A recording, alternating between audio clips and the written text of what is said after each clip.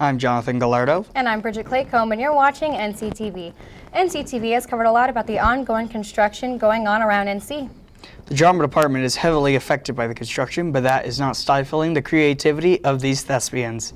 They are instead channeling their creativity, making do with what they got, and man, is it beautiful.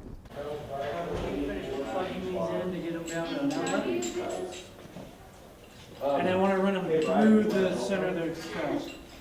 This class in this section is really important. It's the lighting or the visibility of theater that we're teaching. You can do rock concerts with it. You see these stresses a lot in your rock concerts. A lot of professional lighting designers are even going to corporate venues where a company rents out a space and they hire a lighting designer to come in and make cool lighting effects for their corporate conferences, and it kind of teaches them to work with the newer technology to do kind of that stuff. Well, mainly we're kind of tired because it's early in the morning, but at the same time we're all ready to kind of get this done so we can eat donuts. Because our theater is under remodel and we currently don't have anywhere to play or design lights and do fun stuff like we normally do.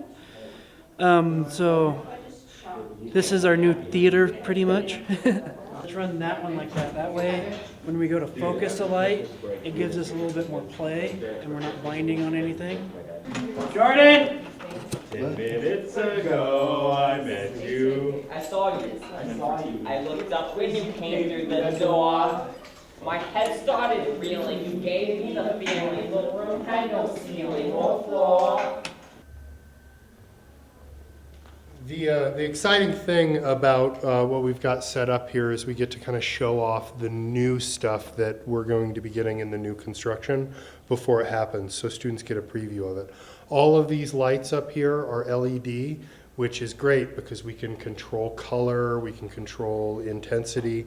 The old style lights were like one of these things, and in order to change color you had to put pieces of colored film in front of it. But once you set that color, that light is always going to be that color. The new equipment with the LED lights and the new lighting board is going to allow us a lot more control with a lot fewer instruments. And it kind of gives students a preview, a taste of what we're going to have in the new building. So we're really excited to get this thing up. In the new classroom, the whole classroom will have a lighting grid above it, so we can do all of this same stuff on a larger scale.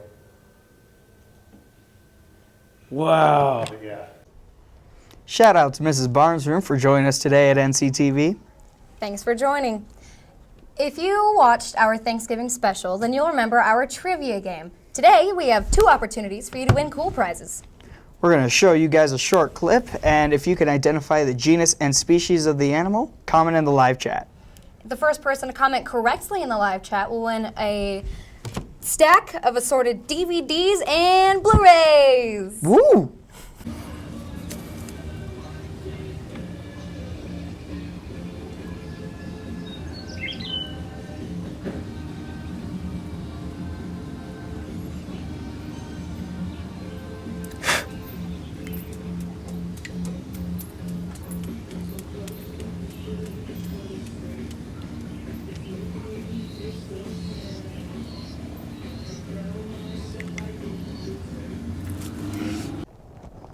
If you could identify the genus and species of the animal, comment in the live chat below, and if you're the first one to comment, you can receive a stack of assorted Blu-rays and DVDs. And if you missed it, stay tuned, because there will be another opportunity later on in the show.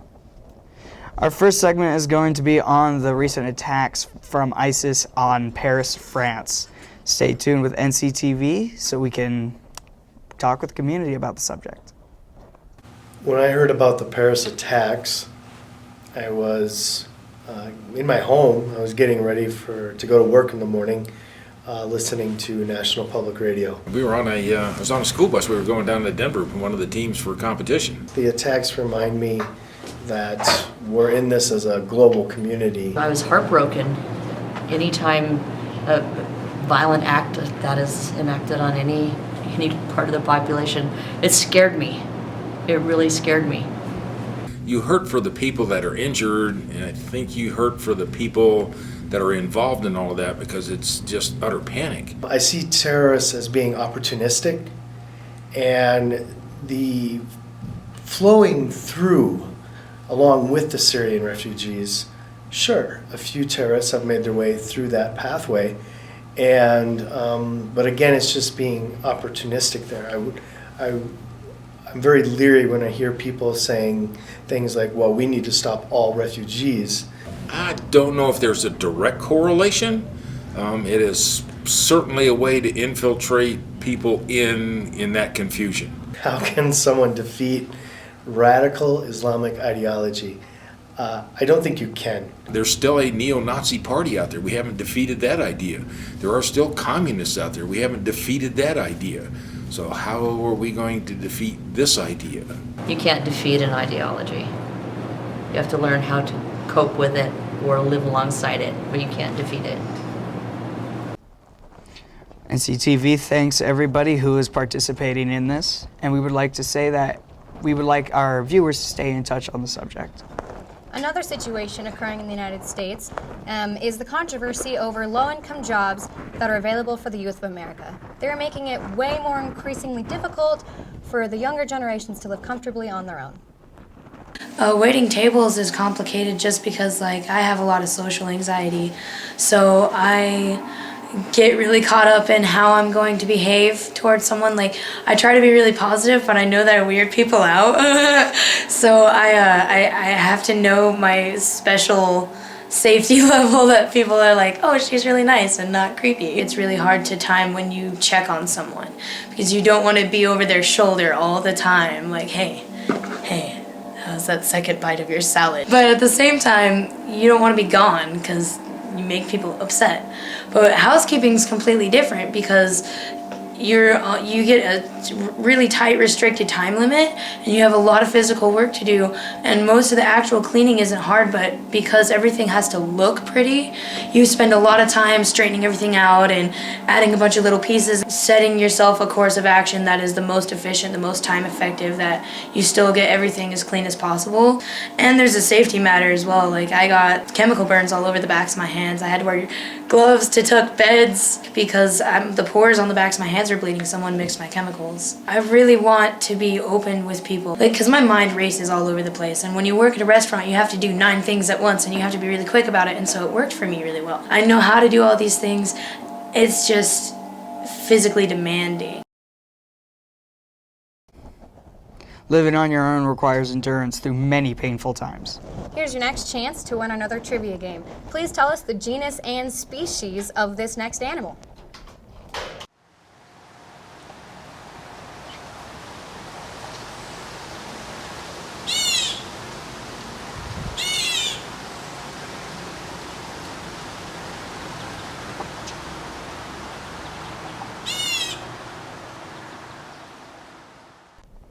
Just like the spiders, if you can tell us the genus and the species of that animal, then you will win a stack of assorted discs and DVDs.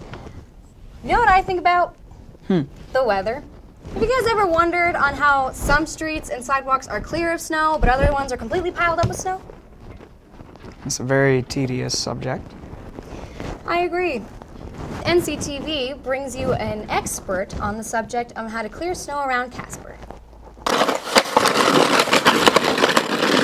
A, B, or C level streets, so we do arterials for ambulances and school routes, and B levels for primary streets to get people back and forth. There would be no possible way to get all the streets plowed. The homeowners are responsible for clearing sidewalks on their own property, and there's a parks division that does it in the parkways. Because it's their property, so if we were to damage their lawn or something like that, then we'd be liable for it.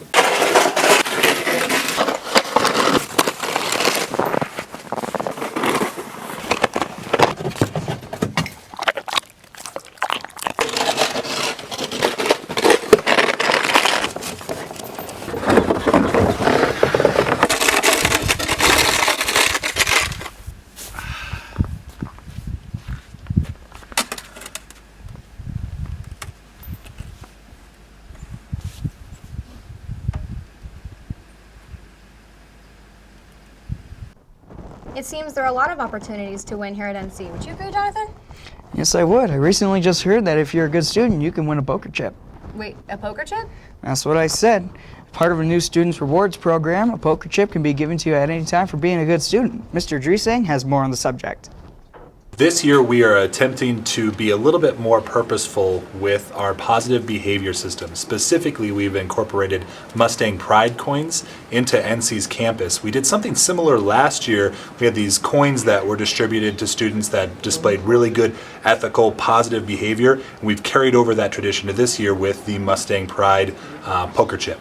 I really like the Mustang Pride token. Last year we worked collaboratively with the school to kind of come up with a good idea to reward kids rather than punish them all the time, like every day with all the punishment, every day, every minute, and it just drug us down. So we thought, what a better way to engage kids than to reward them for good behavior. So I am on board. I love positive behavior models, and so I was on board last year with the coin and this year with the poker chip. I think it's good stuff. Students can earn a poker chip by displaying good moral and ethical behavior. Every adult on campus has received the poker chips, the Mustang Pride coins, and they will give them out for whatever they deem is appropriate above and beyond what a typical student would do here at Natrona County High School. So good grades doesn't just warrant a poker chip, and just because you are nice to people doesn't mean you're going to get a Mustang Pride coin. You have to show that you're a good and valuable Mustang or filly. The Mustang Pride coin is really going to help kids academically because it's going to let them see that it's not just about getting good grades. It's about behavior, it's about doing what's asked of you and what's not asked of you. And when you kind of think about things holistically, and if you like what you do and you're confident in who you are, then that will of course transfer over to your grades and how you do in the classroom.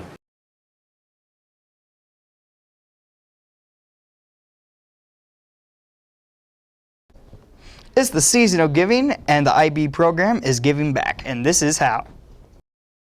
A goal of International Baccalaureate is to promote international mindedness. A way that they're doing so with the full IB students is an international service project. The international service project for this year is in Mbita, Kenya. They're assisting the University of Wyoming's Engineers Without Borders program in buying beds for their host school.